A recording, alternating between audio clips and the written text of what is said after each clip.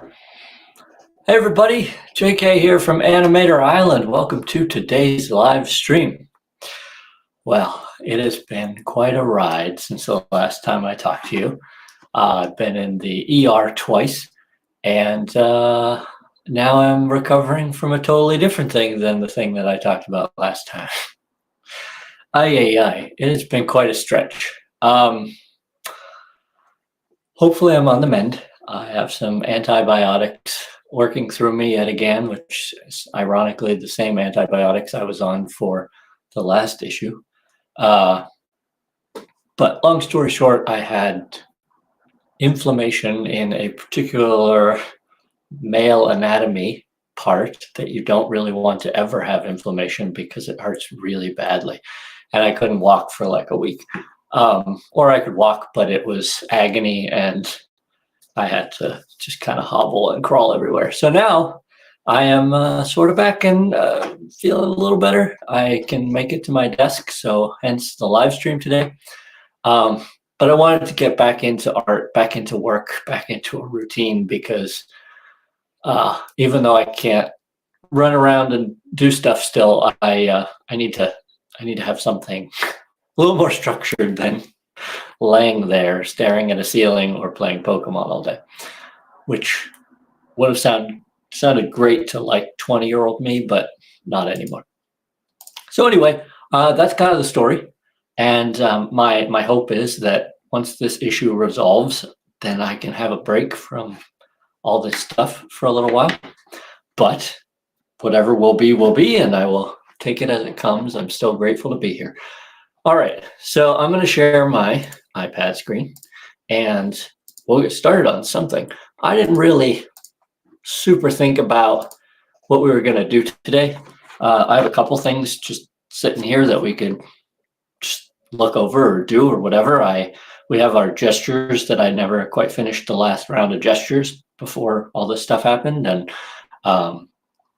I put together a page of skulls that we could draw some skulls.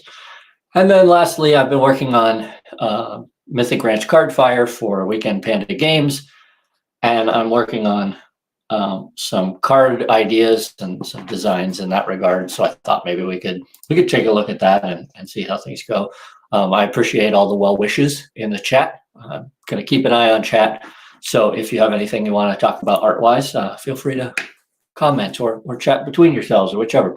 So I think what we'll do is I'm going to have to play this by ear because I don't know how long I can sit in this chair before things start to hurt.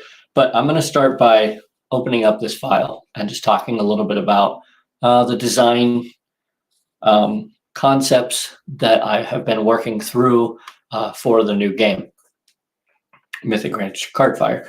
So if you remember from some very old videos and articles at animatorisland.com, we talk about mood boards and basically putting together a collection of images that kind of lend towards ideas that you want to implement or push you in a certain direction. So what we have here is kind of a selection from some of the mood boards that I created with my notes so that I could start to work on the cards themselves. So up here in the corner, this is kind of the overall design of the cards that will appear in the game. It's based heavily on the first game that we made, Card Battles. So I haven't super changed the structure too much. I've changed the shape slightly, and we're going to go with a slightly longer card now, and I've tried to alter some things so that they make more sense. And so the first thing that I did is, if you look at the top here, work on a new layer. This top area with these slots will replace the leveling up system that was in the previous game. And so what I like this idea of having the slots on the cards to begin with, and then you fill them in as you level up the card. So you can see this visual representation of how it goes. Now, I don't know if this is anything here is final designs, but that's kind of what I was going for.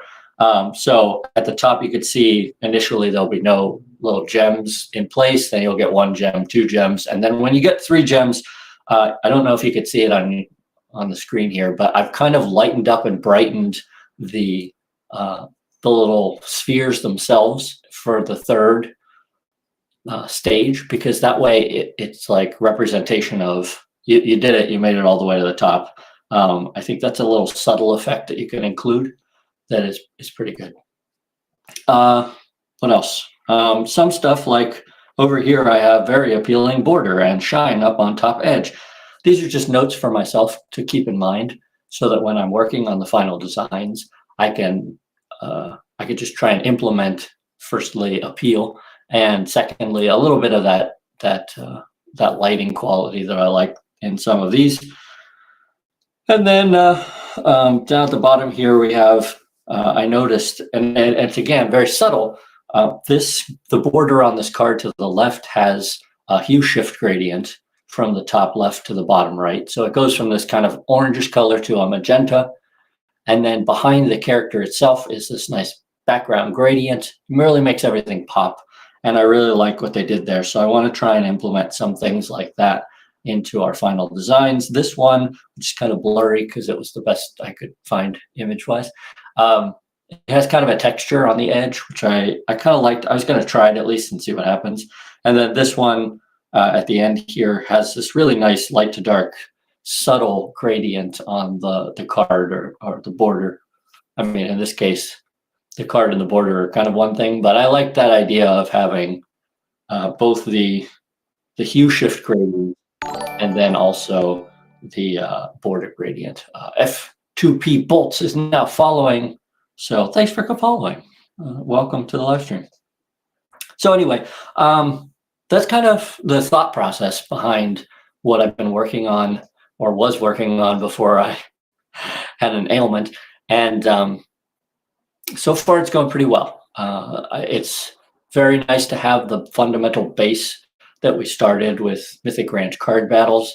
So the sequel, I could just build on it and make it hopefully better and better in terms of art and the gameplay and all that stuff. So anyway, I just thought I'd share that so that you get an idea of how, a professional artist may take elements from different things that they've seen. It's a really good thing to do, especially in animation, because if you find existing aspects of art that you really like, you can pull those aspects without directly copying, because we're not directly copying here. We're just trying to see all the different things that are out there and then use the best of the best to create our own original work. All right, so let's warm up a little bit, or I will warm up and you can decide if you want to join in or not. If you want to join in, feel free to grab some paper or open up your favorite art program, and we'll do some gesture drawing real quick. And then if there's time and I'm feeling up for it, I will move on to those skulls. If not, we'll get to that next time. So as you can see here, I have both photos and existing illustrations that, we got one comment about card fire before we move on. Hailey says, seeing elements from Duel Masters and Hearthstone. I'm trying to think, I don't know if I know Duel Masters. I should go look that up. I have played Hearthstone, and at this point I feel like Hearthstone's like the gold standard for this sort of game. It's different than Hearthstone and some of the others in that you don't choose what card attacks what enemy. In this game, it's almost like a programming style game, if you've played any board games like that, where you lay out your deck and then you send it to battle. So the strategy in card fire is in determining what's going to line up at what point and then sending it out and seeing what happens. So it's a little bit different than Hearthstone, but I did enjoy Hearthstone from what I played. It was a little bit overproduced for me. I don't know if that makes sense. Like it kind of went all out in terms of just throwing effects at you, and that was distracting for me a little bit. I don't know if there's a way to turn it off. Anyway, but it's a really good game, and obviously it's super wildly popular. So the trick is then to not just make another Hearthstone, you know what I mean? Like you have to try and pull out new ideas and that's the tricky bit about game development right now, because there's so much out there that somewhere along the way somebody's already kind of done it. Anyway, okay, so regarding these gestures, I've already done these other ones. I did them, I'm pretty sure, back in May, or it might have been early June. And so I have 2 more to do on this page. But if you go into the layers here, you'll see that I have many, many more reference layers of collected images. So if I turn this off for a second, I've got another set here, I've got another set here, I've got another set here. And so it keeps going. And I put them all together at once, so that if I'm having a good drawing day, I don't have to then go find more images to draw from. And this is a really good thing to do if you are interested in gesture drawing. Set yourself up for success before you start jumping in and drawing, because it might be a bad drawing day and you only do like 5 and then you give up because you're just sick of it. But it might be a great drawing day, and if it is, you want to do like 20. But if you only have, 9 prepared or whatever, you won't be able to, it'll break up your momentum. So set yourself up in advance. That way, if it's going well, just keep going, because you can always use more practice. Okay, so we're going up to the corner here. You'll forgive me, I have not drawn anything really in like, a month? Probably 2-3 weeks, just because of all the health stuff. So it's going to be rough. It's going to take me some time to get back into it, probably, but that's okay. That's why we're doing it. Never don't do it just because it's going to be a challenge. Let me get back my happy purple color. All right. So I'm going to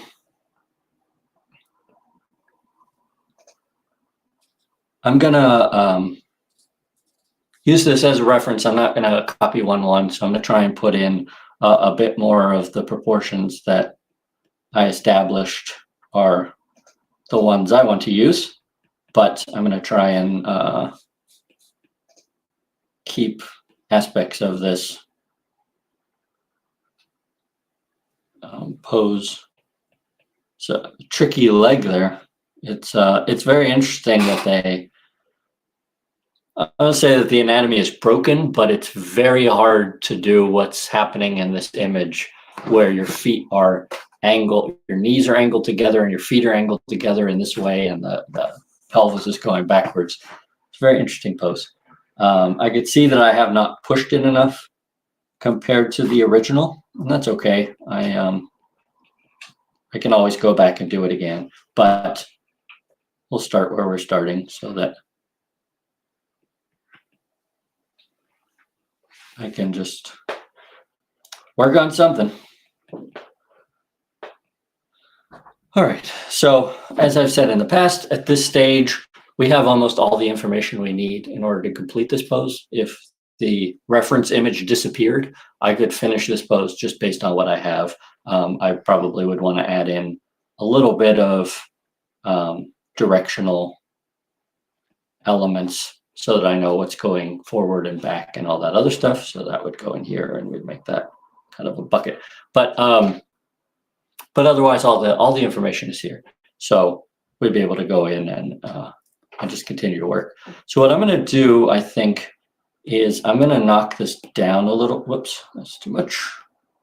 I'm going to knock this down a little bit and then go over top of it with another pass, which I don't always do, but I'd like to for this one. Just sitting here working again is really, it makes me happy because I haven't done it in so long, and I feel like I've missed it. I could feel that I missed it, and it's nice to get back to it. So happy about that.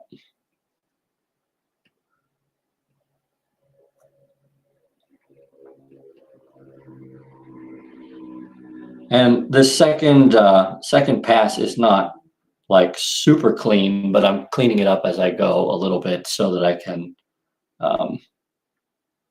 make sure I'm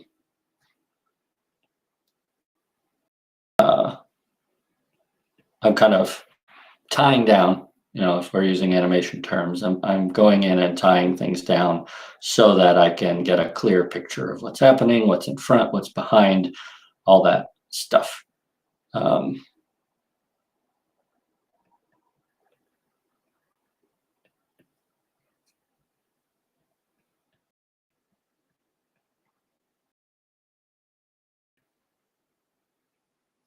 So interesting here on this original, we have this line here, right, which goes down into the pelvis, which is actually ridiculously long pelvis shape. And I'm not sure, I mean, it needs to be there slightly, but I'm not sure I like the extreme nature of that. I mean, I guess it's all right, but for my version, I'm kind of trying to tone that down just a little bit. And again, this is going to be tricky with this back leg because the anatomy is almost a little bit broken. Oops. But we'll follow the reference and do what it did just so that you can follow it. Never hurts to have a little bit of a different element than what you would traditionally do. I would almost assuredly never do this leg splaying thing that's happening in this image, but might learn something from it, so might as well keep it going. All right. So you can see it's different enough from this original, because the original is definitely pushed more, and it get this back hand in. The original is definitely pushed more, has different proportions, and that's okay because I'm not using it as a copying thing. I'm just trying to take it as reference and see what the artist was doing when they were working. If I wanted to do this one again, I would definitely push it more like this first one. I would get the hips out this direction a bit more, and I'd probably tilt. I'd tilt the torso maybe a bit more. I'm not sure, but I would definitely keep playing with this. But for now, I'm pretty content with how it went. So we'll move on to the next. Last one on this, and then we can decide whether to tackle skulls or continue along. Okay, so now that we're going back to human reference of photography, we need to make some conscious decisions because this image is already pushed, right? And so in my version, I actually toned it down a little bit, or I could push it more from that spot. In this one, it's not really that pushed. So I get to make the conscious decision as an artist. Do I want to push it more than that? Do I want to do more of a study where I'm dealing with the actual anatomy of the person and stuff? Normally, I think I would do both. I would start by doing a study, and then I would go back and do an exaggerated version, which if you watched a previous live stream from Gestures using the 3 times method, that's what this sort of thing is. First, you go in and you do it as you see it. Then you go in and you push it a little bit. Then you take those 2 things and everything you learned from it, and you do a new version, the third one, that's hopefully pushed in the best possible way and uses everything that you've now learned from the first 2. I would do that, but I can already feel issues, discomfort from sitting here. So I'm going to finish this up, and then maybe we can get to 1 or 2 skulls before I'll have to call it a day and go back to bed and just rest for a bit. What I'm going to do here, I think, is, I forgot to do my usual shading. Yeah, I'll just leave it. I'm going to, I think, do a little bit of tilt on the head on this one. And then we'll get the rest of the image in. Oops.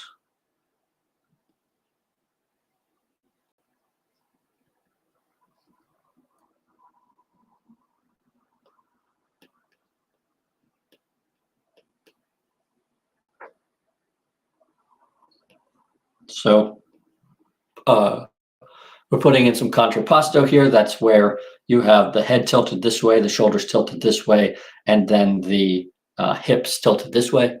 You get a natural rhythm in there when you do stuff like that. That's one of the reasons that, and I wasn't thinking about it, I just do it so often. That's one of the reasons I tilted the head the way that I did, because the natural contrapposto of this person lends itself to the idea of tilting the head slightly to that direction. And so you're going to get more rhythm out of it if you do that sort of thing.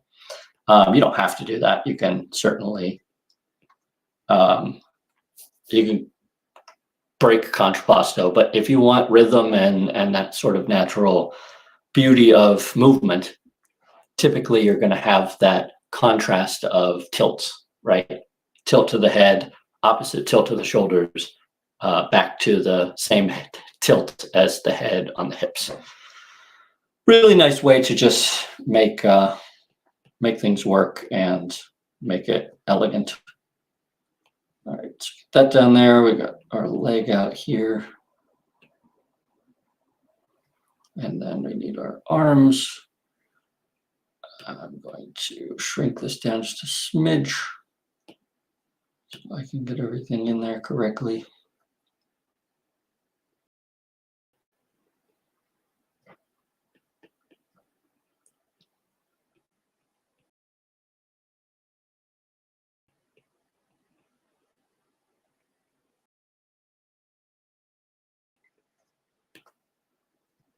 All right, so again, we have essentially everything that we need for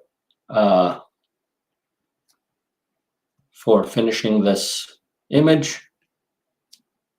And we can just kind of go in and put in the rest of the details. Again, I think, I don't know, I guess I'm just in kind of one of those moods. I'm going to go ahead and knock this down again. I don't always do that. I usually just draw right on top, but for some reason today, I'm just, like I said, in one of those moods to just tie down instead. You kind of got to go with whatever's suiting you in that moment, honestly, because if you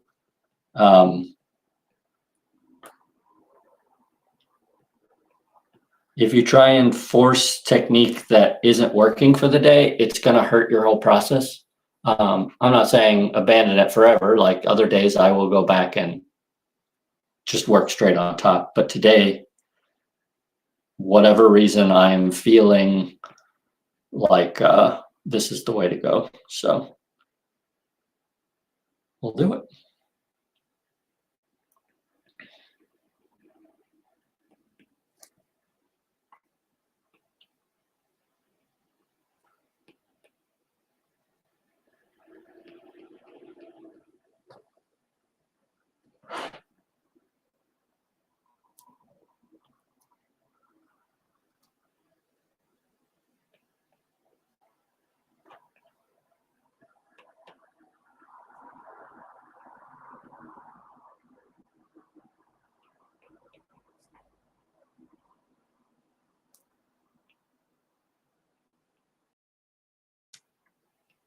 Hope everybody else has been doing well. I mean, obviously, I haven't gotten to talk to our regular crew here recently, and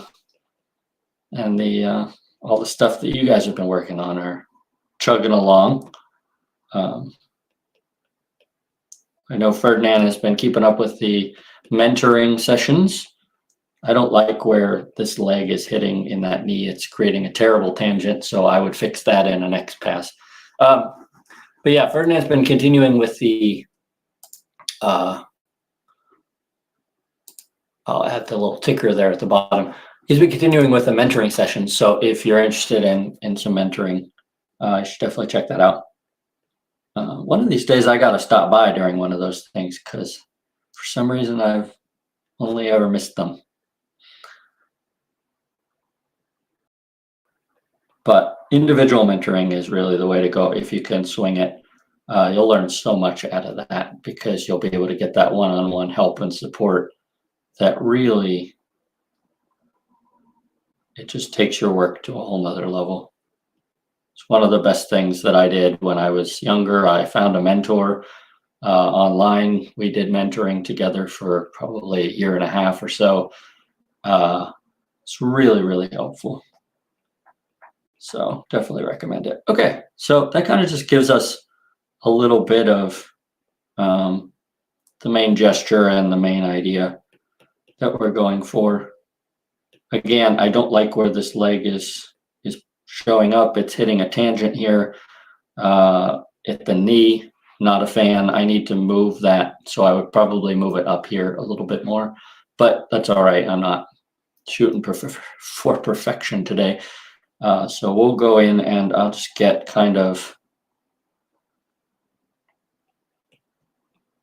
I'm just going to add some extra sweeping lines to round things out.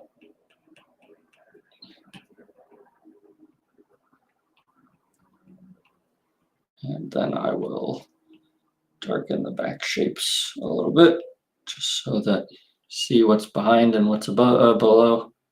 No, what's behind and what's in front. Put that in. So we know that head is in front of, and that's probably good enough for now. Shadow there. Shadow here. Take out some shadow. Okay. So not the worst gesture I've ever done. I'm not super pleased with it. It's got some balance issues. I can tell I need to move this leg over more. This is another really good exercise to do if you get a chance, or you should make a point to get a chance. Step back from it for a minute and look at it in its full totality and see what's wrong with it. As I said, we're off balance here. The character's falling to the left. I need to shift everything over to the right if I wanted to make it correct, which I'll just show you real quick. I should say, where's my distort? I need to shift it over like this so that the character is more up and down. So you can see that this is slightly better balanced than where it was falling over on that side. Dylan's here, says hello. Maria says, Ferdinand gave me some really wonderful critiques last time, trying to build on what he advised. I know that Maria hangs out with Ferdinand, do some mentoring. I'm glad that you got something out of it. And I agree, he's very good at critiquing work so that you can improve. That's the thing. And if you have seen the video on good artists versus good teachers, that's one of the things he does really well as a teacher. He can show you where the improvement goes instead of just saying something like, oh, this needs work or whatever. He's very good at showing you, where and how to develop that stuff. And then Marie also says, it's also a good discipline to watch other critiques and hopefully contribute positively to them. That's a really nice aspect of the group mentoring, I imagine, that you get to kind of be a critiquer yourself and also just watch as other things. One of the things that I love doing, and it's not something you technically do live very often, but if you find a critique online that's already been recorded or you're watching a previous one, pause the video before the teacher gives the critique and see what you would give. Like, what would you say to that person before the teacher does? And what it'll help you to do is to build your own sense of analysis so that you can apply that to not only your own work, but other people's work and help them. But it's like, it's easy when somebody points out, oh, this is what needs change, to be like, oh yeah, obviously I see that now. If you pause the video first, it's really helpful because then you can know what you would suggest before the teacher gets to that. So anyway, just something I'd like to do personally. I don't know if it's everybody's cup of tea, but I enjoy it. Okay, so what are we doing? We're running at only half an hour. Man, it feels longer because discomfort. Give me 1 second. Let me take some water. And then we'll talk about some skulls for a few minutes. My wife gave me a giant thermos of water so that she doesn't have to keep running up and down the stairs to get me water every time I run out. It's hard to drink from, but I appreciate the thought because it lasts longer. All right. So I wanted to do, and I will at some point, do a live stream just about the human skull in one of our analysis longer videos. But for today, I'll just say that doing some skull studies and skull drawings can be really, really useful for a lot of different reasons. And if you're a character designer, this sort of ground up knowledge, building from the inside out, can really, really help, because then you'll get a fundamental understanding of the aspects of the face that don't change, right? Because one of the tricky bits with character design is you got all this squishy bits, right? And then these moving parts, especially around the eyes and around the mouth, that just move and squeeze and squish all over the place. Let me make it bigger while I'm making all these faces, right? So you have all these bits that can extend and turn and squeeze and all this stuff, right? But underneath all this bits is solid. It's a solid mass. So my eyeballs, even if I look up and really wide, or I look down and scrunch them, and there's all this movement and change, my eyeballs aren't going anywhere. They're always where they are. And so skull studies will help with that. And the same thing with the nose. The nose can move left and right and move around a little bit, but it's always going to be where it is unless you break it, because the skull is what it is, and it's solid and it's structured and it's going to be concrete no matter what. Now, when we're doing art and animation, we can play with that a little bit, right? We have squash and stretch available to us, so we can squash and stretch even solid forms in animation and in art. But we just have to be careful about that stuff, because if we squash and stretch too much or too often, really, then we can lose that sense of solidity. Whether you're working in 2D or 3D, if you squash and stretch the solid forms too much, then your audience is going to think that the character has no bones. So you need to find that right balance. We go back to this. So again, this is why we do studies of things like the skull. All right. So another thing that you will note, let me squish all those down. Another thing that you will note when it comes to the skull is just how much skull there is and how little face there is, right? So you look, this one is less so because of the angle, but if we look at this one, and let me get out a bright color so that it shows up, we have this massive cranial structure, and then the face is just basically in this area. And so the ratio of face to rest of skull, especially from the side here, is pretty significant. Now you could probably say that the face goes down to here, but it's still it's larger cranial mass than it is to face. And I think that that's something that especially artists who are newer to doing character design struggle with, because when we look at each other, we're so focused on the face that we think that the face takes up a lot more room than it really does on the whole head. And so instinctively, or not even instinctively, I guess it's just like a bias, we will draw really big faces on really little skulls, on really little craniums, the whole head shape. And so what ends up happening is that you get characters that are like this.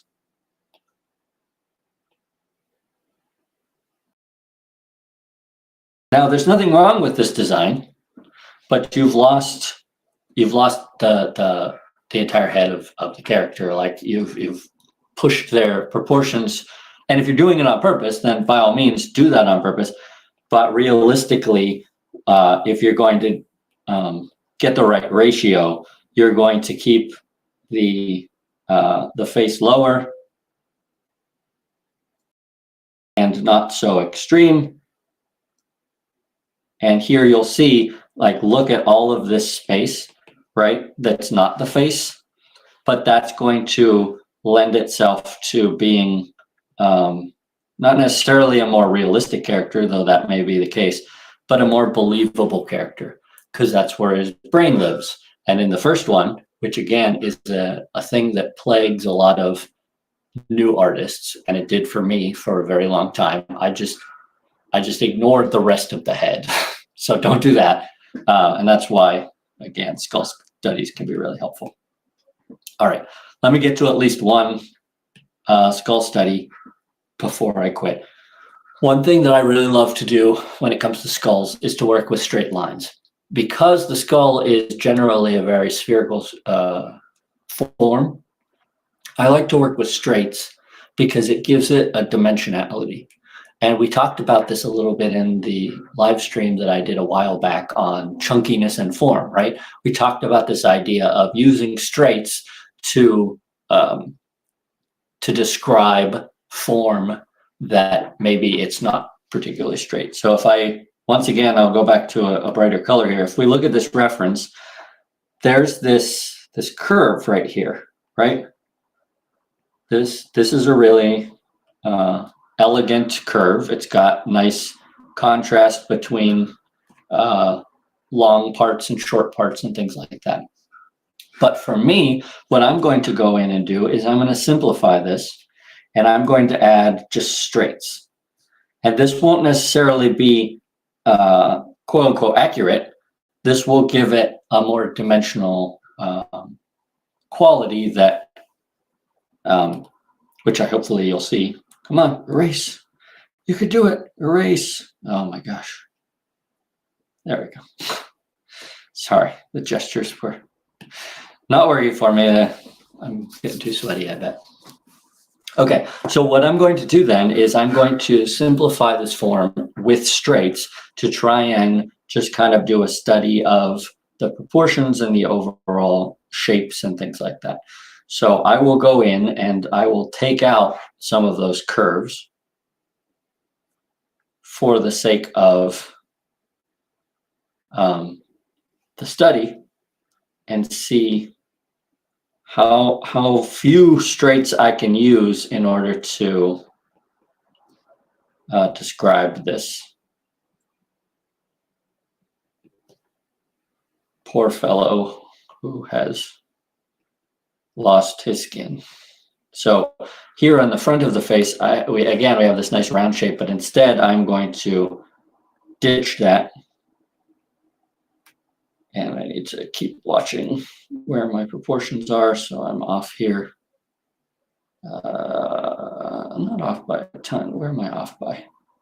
The nose is too long. Get rid of that. Okay.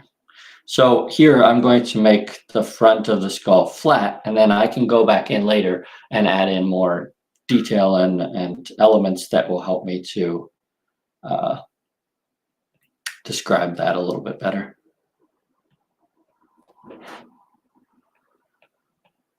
Okay, so by using straights here, what I can do is I can stop at this point and recognize, oh, I totally messed up the proportions.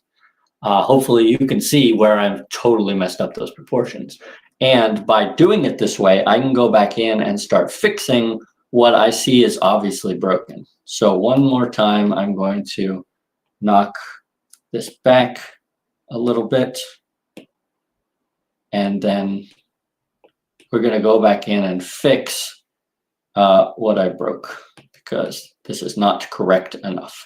So what I will do here is I'm going to add one extra straight here to indicate this curve, and then this is a much less harsh angle than what I had on here. And we'll go up to there and we'll come back down, but it's about the halfway point. So let's keep it going a little further. I will go down here and then down here. Okay, so I've now fixed up a bit of the top of the head that was broken and I didn't do well enough. Now the next issue that I'm having here is that this is much further than what I've given it credit for. So if we finish out this part, let me look at just this kind of chin element. It will come probably around here instead. So you can see now where I've fixed that.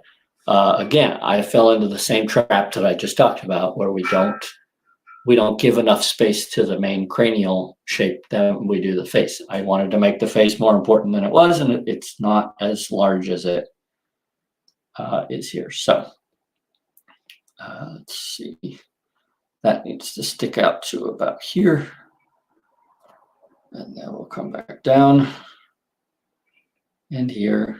And we're just, again, we're gonna keep this straight for now. All right, so now we have a much more accurate shape to work with.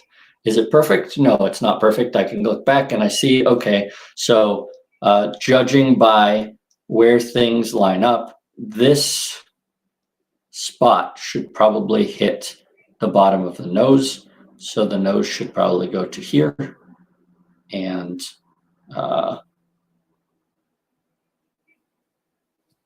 that's probably a bit more accurate. So we could take out this bit.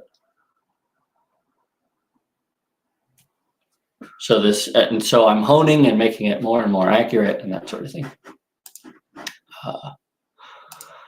Maria notes, foreheads are weirdly interesting. I agree, and they vary so. Betty Davis had an almost globe-like forehead. Katharine Hepburn, almost straight and pretty high. It's amazing how much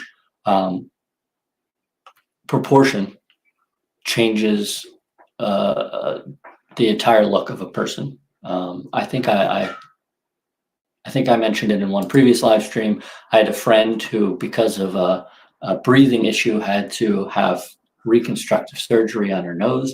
And when she came back and saw us again without the bandages on, she looked like a totally different person. It's just minuscule things, but it's similar with, I guess, with foreheads, as you're mentioning. Now, I'm not going to during the live stream, but now I'm genuinely interested in going and looking up some images of both Betty Davis and Katharine Hepburn to study those two things that you mentioned, which is one of the great things about a live stream, right? You get that feedback instantly. So go pull up some images of those two and see what you see, because that could be some really interesting stuff. Okay, so I have our base shape here, or my base shape here, and what I will do then is I'm going to go in and try and just slightly block in where the other elements will be. So this will be kind of our cheekbone,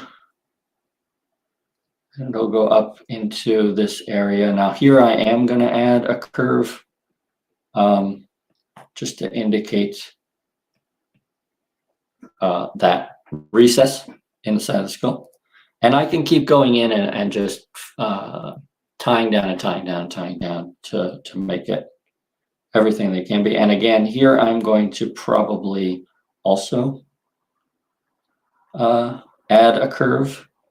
But these curves that I'm adding, because everything else is built in straights, will allow us to really punch, that's a terrible way to put it, really punch our audiences with it. What I mean by that is it makes the few times we use the curves speak more volumes than it would if we used curves everywhere, right? So having these few curves in there will, it'll dramatically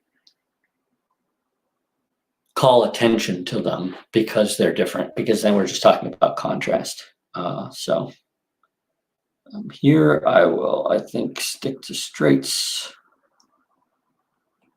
and we'll bring that down, and bottom of jaw here,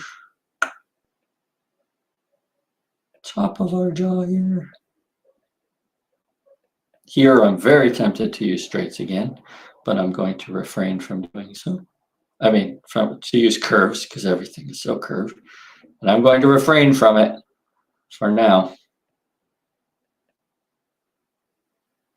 And let's fill this in. Give us a sense of depth. Oops. And I think we might go with there too.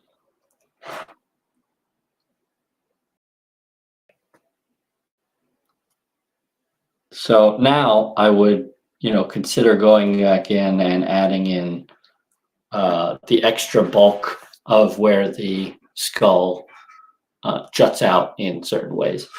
And I could go back into the back here and I could add back in the little bumps and the little ridges and all that other fun stuff if I wanted to, right?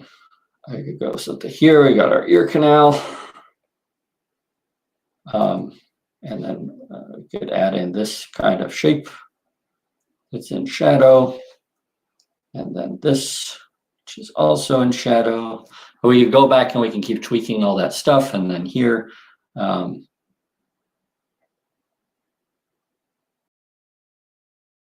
be in shadow. So we can keep going and keep going and keep going, keep adding and keep playing around with it and all that other stuff. And eventually we'll have a really nice skull study. Now, again, I could step back at this point. I could look at it. I could see, I made some errors in the other direction now. There is the saying by, I think it was G.K. Chesterton. He said, a blind man is most likely to fall off the bicycle in the opposite direction that he fell off last time, which essentially means if you make an error one way, you're probably going to overcompensate and make the error in the other direction. And I have shrunken the face too much and I've made the back too long. So I would need to kind of shrink this back down a little bit if I wanted to fix it. I would bring that in a smidge. And this is going to be a little bit closer. Still probably too much, but still it's closer. So anyway, I can feel that it's about time to go rest again. I appreciate everybody swinging by and talking with me today. I hope you got something out of it and you had some fun or did some drawing. My goal, just like last time, is to continue to heal and get better. And if I do, I will be back soon for more live streaming action. And if I don't, then you'll know that something else went wrong. But I'm going to do my best, and I'm going to just go back and rest some more. I'm very fortunate to be able to do that, and I'm thankful for that opportunity to rest a bit. And I'll be back with some more live streams, hopefully next week. But then I said that last time, and it didn't work out. But hopefully next week. So I will see everybody then. Keep doing art, keep practicing. Keep at it, and we'll see you next time. Thanks for stopping by, buddy.